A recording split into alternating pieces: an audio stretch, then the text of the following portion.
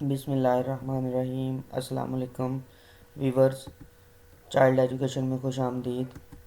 آج کا ہمارا عنوان لاحقے، جو اردو کا ایک بہت ہی اہم ٹاپک ہے۔ تو آئیے چلتے ہیں اپنی ویڈیو کی طرف۔ لاحقے ایک حرف یا چند حروف کا وہ مجموعہ جو کسی بامعنی لفظ کے بعد لگا دینے سے ایک نیا لفظ بن جائے، اور اس بعد میں بننے والے لفظ یا حرف کو لاحقہ کہتے ہیں۔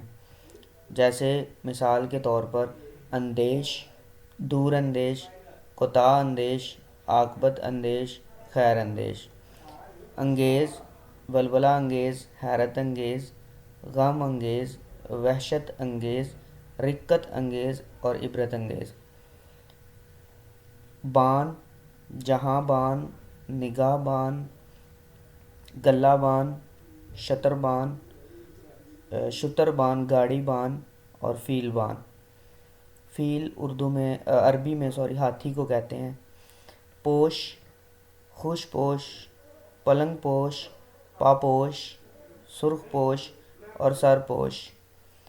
اگلا ہے دان، نمک دان، ریاضی دان، روشن دان، قدر دان، چراغ دان، قلم دان۔ دوست، علم دوست، خدا دوست، وطن دوست، عیش دوست اور زرسر دوست۔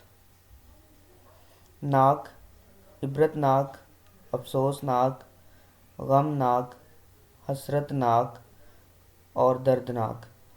اس کے بعد ہے گار، پرہیزگار، پروردگار، خدمتگار، طالبگار۔